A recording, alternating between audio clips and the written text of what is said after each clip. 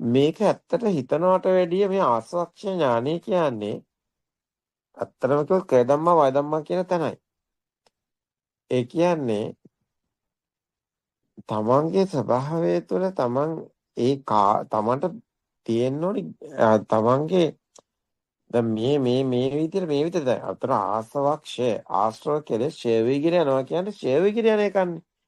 එහෙනම් පොඩි කාලේ ඉඳන් මේවා මෙන්න මේ විදිහට තිබුණා මේ විදිහට මතු වුණා මේ විදිහට වැඩි වුණා මේවා ඊට පස්සේ මෙහෙම අඩු වුණා කියලා මෙන්න මේක හරියට ආයිමත් දවසක හොඳින් තමන්ට තියෙන නුවණින් දැකීමක් ප්‍රඥාව වගේම නුවණින් දකින්න එකක් මේක හසු වෙනවා මේ ඥානයක් මේක ඒක හසු වෙනවා මේ දැන් කොච්චර කෙලෙස් ස්වභාවයක හිටියද දැන් කොච්චර දිය වෙලාද තව කොච්චර මොන විදියට කෙලෙස් තියනවද කියන කතාව මේ රහතෙක් හොයන එකක් නෙමෙයි රහත් වෙලාද කියලා බලන එකක් නෙමෙයි ඒක එහෙමමල් නෙමෙයි ඒක එහෙම අපිට වැඩක් නැහැ අපි බලන්නේ අපේ ඇත්ත කතාව අපේ ගින්න නිවිලාද කියන්නේ ඒ නිවිුනේ කොයි විදියටද නිවිගෙන යනවද දැන් ගොඩක් අයට තියෙන ප්‍රශ්නයක් තමන්ගේ ගින්න තමන් දන්නේ නැති එක.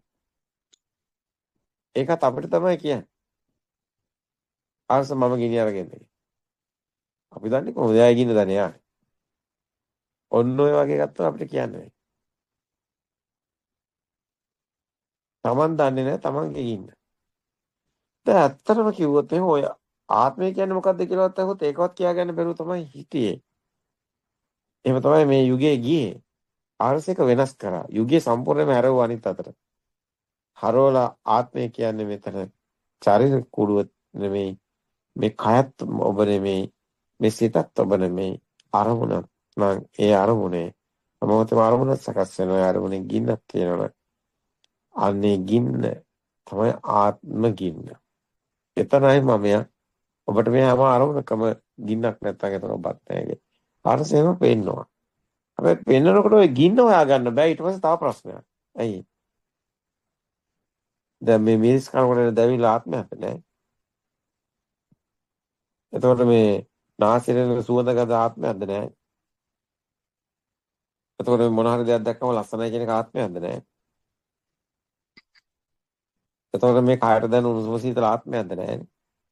එතකොට මේ මොන හරි දරුවෙක් මොන හරි දීපු දෙයක් මොන හරි එහෙම ඒක ආත්මයක්ද නැහැ සිතුවිල්ල. මනෝසෙන්සරේ. ඔන්න ආත්මය හොයාගන්න බැරි ප්‍රශ්නයක් ගොඩක් අයට ආවා. ඒතරේ ඇත්තටම දැන් නිවන් මඟ වැහෙනවා යාට. අයියේ. අකුසලයේ තමයි අදක්ෂකම මම හොයාගන්න බැරි කම. ඊට පස්සේ දන්නේම නැතුව වෙන ඒවා රවටලා මම කියලා හිතන් ඉන්නවා එක එක විදියට. බලනකොට එයා හිතකින් සමහරට නිවන් දැකලා කියලා. හැබැයි නිවන් දැකලා තියා මම හොයාගන්න බැරි ප්‍රශ්නයක් තියෙනවා. එක එක්කෙනා එක එක විදිහට මේ මෙතන හසු වෙනවා විඤ්ඤාණ මායාවට. ඉතින් අපි ගිය අවුරුද්දේම අපි කතා කරා මේ මනෝසෙසරය කියන්නේ. දෙයක් නොවන සතුටක් දෙයක් නොවන දුකක්. මේක මනෝසෙසරකේ තියෙන මේ දුක සතුට බව. ඒක ආත්ම නෙමෙයි. ඒක නිසා මේ දැන් ආත්ම දෘෂ්ටිය තියෙනකන් ඔය ඔක්කොම ගන්නේ මමයි කියලා තමයි ආත්මෙන් තමයි ගන්නේ. හැබැයි ආත්ම දෘෂ්ටිය දිය වෙන්න යන අවබෝධයෙන් කියලා අරසි පෙන්නවා. එතකොට අන්න ආලෝකයේ શબ્දෙත් ඇත්ත වෙන්නේ නැහැ මෙතන සිතුවිලිත් ඇත්ත වෙන්නේ නැහැ කියලා අවබෝධය වැදගත් බව ආවා.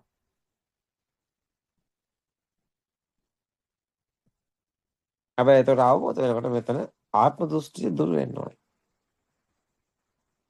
එතකොට ආත්ම දෘෂ්ටිය දුර වෙනකොට අන්න එයා දෘෂ්ටියෙන් ගැලවෙනවා. හැබැයි දැන් ඇතුලේ තාමත් දැනෙනවා. ගින්න තියෙන. අන්න ආත්ම ගින්න හොයාගන්න එක ලේසි නෑ.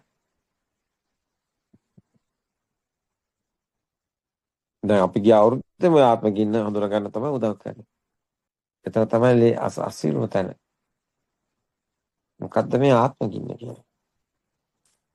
ඒක අසලෝමක් සියා කරගෙන පැලෙන විදිහට කීමේසු කරනවා කියපු තැන තියෙන්නේ. මේක ලේසි නෑ. හැබැයි කෙනකෙනාගේ ස්වභාවයට කෙනකෙනාම දන්නවා. ඔය ආස්ව කෙලෙස් ඡය වෙනවා කියන්නේ ආත්ම ගින්න දිය වෙන එක. එහෙනම් තමන් පොඩි කාලේ ඉඳන්ම තමන්ගේ සාසව බලය ටික ටික දිය වෙගෙන ගියාද වැඩි වුණාද අඩු වුණාද කියන කතාව තියෙනවා. ඉතින් ඒක අල්ල ගන්න අර මහා ඥානය ඕනේ.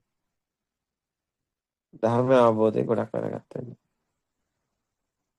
ගොඩක් සමහර අයට තියෙනවා මේ ඒක ආසු වෙන්නේ නැති ප්‍රශ්නයක්. එතන යාගෙන ඉවර වෙලා තියෙනවා. ඒක ආසු වෙනවා නම් එයා දන්නවා දැන් මගේ කෙලස් මේ විදිහට තිබ්බා. මේ විදිහට දීවිගෙන යනවා. අතරමාරස් මට දැන් මෙන්න මෙහෙම ස්වභාවයක් තියෙනවා. මට මේක දැනෙනවා මේ කතාව මේක දිය වෙන්න ඕනේ කොහොමද ඒක මම මොනවද ඒකට කරන්න ඕනේ කියන ප්‍රශ්නයක් ඔන්න ඔතන මතුවෙනවා. ඔය අනුරුද්ධ ස්වාමීන් වහන්සේ අහන ප්‍රශ්නය අනුරුද්ධ ස්වාමීන් වහන්සේගෙන් අහනකොට ඕක තමයි කිව්වේ. ඒ තිතේව නොපහතේ ස්වාමීන්. ඒතර බුදුන් වහන්සේ කිව්වා අනුරුද්ධේනි සම්බෝධියට පෙර මටත් මෙහෙම ප්‍රශ්නයක් තිබුණා. ඒකට හේතුව මෙන්න මේක අනුරුද්ධේනි කියලා කතාව දිගාරනවා අනුරුද්ධ සූත්‍රයෙන්. දැන් මෙතනත් වෙන්න තියෙන මෙන්න ඕනේ ඕක. ඒක කියන්න බෑ අනුරුද්ධ ස්වාමීන් වහන්සේ වගේ අර ඒ අතර උන්වහන්සේ ඍජුව කියනවානේ තිතේව නොපහතේ. එහෙනම් උන්වහන්සේ දන්නවද දැන් මේ තාම ආත්මකින්න අන්න දිය වෙලා සංසිඳලා ඉවර නැහැ. ඒක මතුවෙනවා. මතුවෙන්න හේතු බුදුන් වහන්සේ පැහැදිලි කරනවා. ඉතින් හැමෝටම මේක වැදගත්. හොඳයි. එහෙමනම් තාක්ෂණයට තමන්ගේ ස්වභාවය තුළ තමන්ගේ කෙලස් කොයි විදිහට තිබුණේ කොයි විදිහට ඒක දිය වෙගෙන යන්නේ කියලා හරි දැක්මක් නැතිකම. හරියට මෙනෙහි වෙලා නැතිකම. ඒක නිසා දන්නේ නැහැ තමන්ගේ ආසවක්ඛ්‍ය ඥානෙ නැහැ ඇත්තටම. ආශ්‍රව කෙලෙස් ඡේ වෙගෙන යන ආකාරය ගැන කතාවක් නැහැ. කෙලින්ම මම රහත් කියලා කියන්නේ දඟලන්නේ අර හොර රහතන්ලා වගේ. ඒක හරියන්නේ නැහැ. ඒතර යාට යාගේ ස්වභාවය ගැන දැක්මක් නැහැ. ඒක කියන්න පුළුවන් කමක් නැහැ. අර ආනන්ද හඳුරෝ කිව්වා වගේ එහෙම නැත්නම් අර කේමක ස්වාමීන් වහන්සේලා කියනවා වගේ අර මාල්කු පුත්‍ර ස්වාමීන් වහන්සේ කියනවා ඒ කතාව නැහැ. කෝ ආශ්‍රව ඡේ ඥානෙ. ඒක නැතුව නිවන් දකින්න. එහෙම වෙන්නේ නැහැ. ඒතර ප්‍රශ්නයක් තියෙනවා. මේ ආසක්ෂ ඥානෙ තමයි ප්‍රශ්නේ තියෙන්නේ. දැන් අපි කියනවා ත්‍රිවිද්‍යාව නැතුව කිසි කෙනෙක් නිවන් දකින්නේ නැහැ කියලා. එතකොට මේ එතන ගොඩක් වැදගත් නේද? ත්‍රිවිද්‍යාව ගැන කතා කරනකොට මේ ආසක්ෂ ඥානෙ, පුබ්බේ නිවාසානුස්සය ඥානෙ, සිත හැදෙන හැටි දකින්න එක. චතුප්පහත ඥානෙ මේ මොහොතේ මේ සිතේ සියල්ලම බව දකින්න එක. මේ එක සිත බව. මේක කාමයේ මුළු ධර්මස්කන්ධෙම එක සිතයි මේ මොහොතේ ඉපදෙන්නෙත් මේ යන්නෙත්. ජීවත් වෙනෙත් එක සිතයි මේ මොහොතේ ඇත්ත වුණොත් ඇත්ත උනේ නැත්නම් එතන නිවනනේ. ගිනි ගන්නෙත් මේ මොහොතේමනේ. එතකොට මෙතන එක කම්පණයනේ සිද්ධ වෙන්නේ. තාපත්තකින් බැලුවොත්. ඒකනේ මේ කතාවේ තියෙන්නේ මේ එතන සත්‍ය දැක්කට පස්සේ මේ මොහොතේ මේ සිතේ මොන සිතක් පහළ වුණත් ඒකේ ගින්නක් නැත්නම් එතන නිවන තියෙනවා. ඒතර ආසක්ෂයානේ කියන්නේ වෙනම කතාවක්. ඒකෙදි කියන්නේ එකක්වත් නෙමෙයි තමන්ගේම අභ්‍යන්තර තිබුණු ආරෝපණය සාසව බලයේ දීවගෙන යන එක තමන්ට අසු වෙනවද කියන එක. අතන ඒකනේ දැන් මේ මෙතන දැන් මේ මොහොතේ අපි ගිය අවුරුද්දේ අපි කතා කරේ ආයතන ටිකනේ මන ආයතනේ ගොඩාක් අපි අරගෙන ඒකම මේ නේද පෙන්වන්න උත්සාහ කරා මන ආයතන ඔබ මේ ආත්මය කියලා ගත්තට ඒක නෙමෙයි ආත්මය කියන්නේ. ආයතන ටික වෙන බව ආත්මය කියන එක මේ ආයතන වලට අන්න මේ කතාව පෙන්වන්න උත්සාහ කරා. මේ ආයතන ටිකක් වැඩ කරන්නේ මේ ආත්මය කියලා ඔබ ගත්තට මේ තියෙන ආයතන ටිකමයි කියන්නේ. ඒතර ආයතන ටික තමයි දැක ගන්න බැරුව හිටියේ. දැන් ආයතන ටික දකින්නකොට ප්‍රශ්නයක් එනවා. මොකද්ද මේ ආත්මීය ආරෝපණය කියලා.